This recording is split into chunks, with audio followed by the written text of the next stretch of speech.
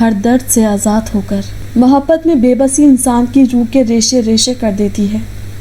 پاس پڑا اس کا موبائل لگاتار بج رہا اور وہ ہر چیز سے بے نیاز بے ہوشی کی حالت میں تھی۔ فون پر ثنا کا لنک آ رہا تھا۔ جب بہت دیر تک کوئی جواب نہ آیا تو وہ خود گھر آ گئی تھی۔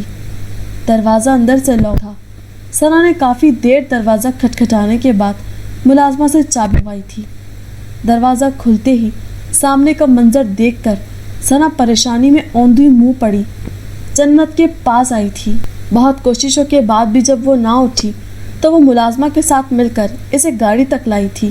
آنٹی کو کچھ مت بتانا، انہیں سویا رہنے دو، ہم بس تھوڑی دیر میں آ جائیں گے۔ ملازمہ کو ہدایت کر کے اسے اسپتال لے آئی تھی۔ جنت کو بہت تیز بخار تھا، اس لیے انہوں نے رات اسپتال میں ہی رکنے کا کہا تھا۔ ساری رات گزرنے کے بعد بھی جنت کو ہوش نہیں آیا تھا۔ اس نے ماما کو فون کر کے جنت کی حالت کے بارے میں بتا دیا تھا اور وہ کچھ دیر میں جنت کی امی کے ساتھ اسپتال پہنچ گئی تھیں۔ کیا ہوا ہے بیٹا اسے؟ کچھ نہیں ہوا آنٹی، بس سر درد کی وجہ سے بخار ہو گیا ہے۔ پھر اسے ہوش کیوں نہیں آ رہا؟ ڈاکٹرز کوشش کر رہے ہیں، آپ پلیز پریشان نہ ہو۔ وہ ان سے زیادہ خود کو تسلی دے رہی تھی۔ جنت کی ایسی حالت اسے بھی کہاں برداشت تھی۔ آج کورٹ میں فیصلہ سنایا گیا تھا اور ساری پراپرٹی جنت کے نام منتقل کر دی گئی تھی۔ گولی چلانے کی وجہ سے فرید کو 2 سال کی جیل کی سزا سنائی گئی تھی۔ جو گزر گیا وہ معاف کیا۔ آئندہ جنت کی طرف آنکھ اٹھا کر بھی دیکھا تو سلوک اس سے بھی برا ہوگا۔ سلمان نے فاتحانہ نظریں فرید پر ڈالی تھی۔ فرید جو اپنے باپ کے کہنے پر سب کرتا آیا تھا، آج پچھتا رہا تھا۔ اسے وہ سب یاد آ رہا تھا کہ کیسے اس نے جنت کے ساتھ برا سلوک کیا، اسے دھوکہ دیا اور آج وہ اپنے انجام کو پہنچ چکا تھا۔ سلمان جیسے مشہور بزنس مین کے بیٹے کے لیے ثبوت اکٹھے کروانا کوئی مشکل کام نہ تھا۔ اس کے سامنے فرید کے باپ کا ایک بھی جھوٹا گواہ یا ثبوت نہیں ٹک سکا تھا۔